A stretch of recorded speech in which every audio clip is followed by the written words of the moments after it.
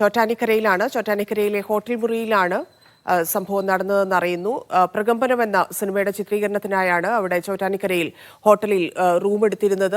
അവിടെ വെച്ചാണ് ഹൃദയാഘാതം ഉണ്ടായതെന്നുള്ള വിവരങ്ങളാണ് വന്നുകൊണ്ടിരിക്കുന്നത്. നമുക്കറിയാം, മിമിക്രി ഷോകളിലൂടെ വളരെ ശ്രദ്ധേയനായിട്ടുള്ള, പിന്നീട് സിനിമാ മേഖലയിലേക്ക് കടന്ന് അവിടെ നിരവധി സിനിമകളിൽ പല വേഷങ്ങളിലും അദ്ദേഹത്തെ കാണാൻ സാധിച്ചിട്ടുണ്ട്. പ്രേക്ഷകരെ സംബന്ധിച്ച് വളരെ സുപരിചിതനായിട്ടുള്ള കോമഡി ഷോകൾ, മിമിക്രി ഷോകളിലൂടെയൊക്കെ വളരെ സുപരിചിതനായിട്ടുള്ള ഒരു നടൻ കൂടിയാണ് കലാഭവൻ നവാസ്. അദ്ദേഹത്തിന്റെ മരണവാർത്തയാണ് ഇപ്പോൾ വന്നുകൊണ്ടിരിക്കുന്നത്. നിതിൻ തുടരുന്നുണ്ട്. നിതിൻ, മരണം സ്ഥിരീകരിച്ച്, അതായത് ഔദ്യോഗികമായിട്ട് അത് സ്ഥിരീകരിക്കേണ്ടതുണ്ട്. നമുക്ക് കുറച്ച് വിവരങ്ങൾ കൂടി അതുമായി ബന്ധപ്പെട്ട് ലഭ്യമാകേണ്ടതുമുണ്ട്, ആശുപത്രിയിൽ നിന്ന് ഉൾപ്പെടെ. ഒപ്പം തന്നെ അദ്ദേഹത്തിന്റെ സിനിമാ ജീവിതത്തെ, ഇല്ലെങ്കിൽ കലാകാരൻ എന്നുള്ള രീതിയിൽ ഏത് തലത്തിലാണ് അദ്ദേഹം നിലവിലുണ്ടായിരുന്നത്? ഈ കഴിഞ്ഞ കുറേ കാലങ്ങളായിട്ട് ഒരുപാട് സിനിമയിലും സ്റ്റേജ് ഷോസിലൊക്കെ നമ്മൾ അദ്ദേഹത്തെ കണ്ടതാണ്. അത്തരത്തിൽ കരിയറിന്റെ നല്ലൊരു ഭാഗത്ത്, ഇല്ലെങ്കിൽ നല്ലൊരു ലെവലിലേക്ക് അദ്ദേഹം മാറി നിൽക്കുമ്പോഴാണ് ഈ വിയോഗം ഉണ്ടാവുന്നത്, അല്ലേ? തീർച്ചയായും തന്നെ. അതായത് സംവിധായകൻ ബാലു കിഴിയത്ത് മിമിക്സ് ആക്ഷൻ 500 എന്ന ചിത്രത്തിലൂടെ പരിചയപ്പെടുത്തിയ 38 മിമിക്രി കലാകാരന്മാരിൽ ഒരാളാണ് കലാഭവൻ നവാസ്. അദ്ദേഹം നാടക, ടെലിവിഷൻ, സിനിമാ രംഗത്ത് സജീവമായിരുന്നു. ഗായകനാണ്, മിമിക്രി ആർട്ടിസ്റ്റ് ആണ്.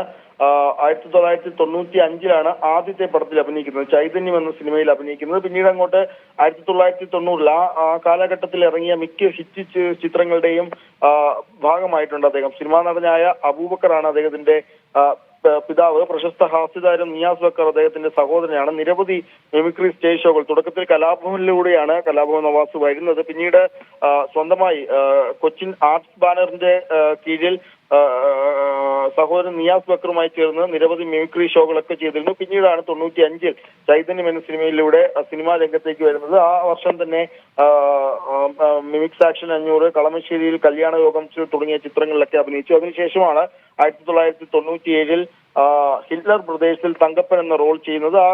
ആ ചിത്രം വളരെയധികം, അദ്ദേഹത്തിന്റെ റോള്, ആ കഥാപാത്രം വളരെയധികം ശ്രദ്ധിക്കപ്പെടുകയായിരുന്നു. പിന്നീട് അങ്ങോട്ട് ആ കാലഘട്ടത്തിൽ 90കളിൽ തന്നെ ജൂനിയർ മാൻഡ്രയ്ക്ക്, അമ്മ അമ്മായി അമ്മ, മീനാക്ഷി കല്യാണി, മാട്ടുപ്പെട്ടി മച്ചാൻ, ചന്ദമാമ, മൈ ഡിയർ കരടി എന്നീ ആ കാലഘട്ടത്തിൽ ഇറങ്ങിയ ഹിറ്റ് ചിത്രങ്ങളിലെല്ലാം തന്നെ അദ്ദേഹം അഭിനയിച്ചിട്ടുണ്ട്. പിന്നീട് 2001 മുതലുള്ള കാലഘട്ടങ്ങളിലുമൊക്കെ തന്നെ നിരവധി വൺ മാൻ ഷോ, തില്ലാന, വെട്ടം തുടങ്ങി നിരവധി സിനിമകൾ, സീനിയർ മാൻഡ്രേക്ക് അടക്കമുള്ള നിരവധി സിനിമകൾ. ABCD 2013 ABCD, ദുൽഖർ സൽമാൻ നായകനായ ABCD എന്ന ചിത്രത്തിൽ അഭിനയിക്കുന്നത്. പിന്നീട് അദ്ദേഹം കഴിഞ്ഞ കുറെ വർഷങ്ങളായി സിനിമകളിലും TV ഷോകളിലും സ്റ്റേജ് ഷോകളിലും ഒക്കെ നിരന്തര സാന്നിധ്യമായിരുന്നു. ഏറ്റവും അവസാനം അഭിനയിച്ചിട്ടുള്ളത് ഡിറ്റക്റ്റീവ് ഉജ്ജൽ എന്ന സിനിമ. ഈ വർഷം പുറത്തിറങ്ങിയ ഡിറ്റക്റ്റീവ് ഉജ്ജൽ എന്ന സിനിമയിലാണ് അദ്ദേഹം ഏറ്റവും അവസാനമായി അഭിനയിക്കുന്നത്. ബഡായി ബംഗ്ലാവ്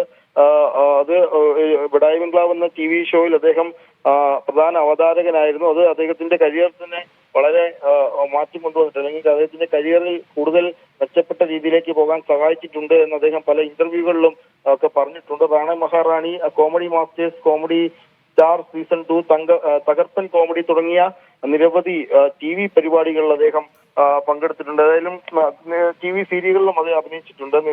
നാടകത്തിൽ മിമിക്രിയിലൂടെയാണ് വരുന്നത്. പിന്നീട് നാടകം, സിനിമ, TV ഷോകൾ അങ്ങനെ നിറഞ്ഞു നിൽക്കുന്ന ഒരു സമയത്താണ്. 51 വയസ്സ് മാത്രമാണ് അദ്ദേഹത്തിന്റെ പ്രായം. ഈ സമയത്താണ് അദ്ദേഹം ഇത്തരത്തിൽ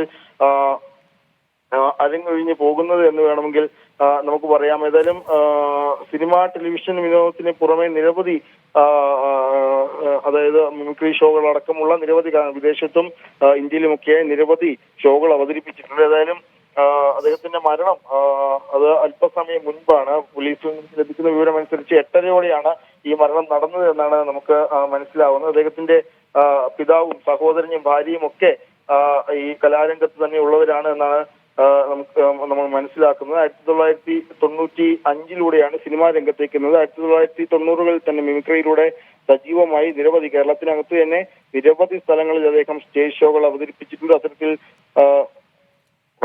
വളരെ 1990കളിൽ തന്നെ അദ്ദേഹം വളരെ കേരളത്തിലാകമാനം തന്നെ വളരെയധികം പ്രശസ്തമായ ഒരു കലാകാരനായി മാറിയിരുന്നു. ഏതായാലും അദ്ദേഹത്തിന്റെ മരണം അത്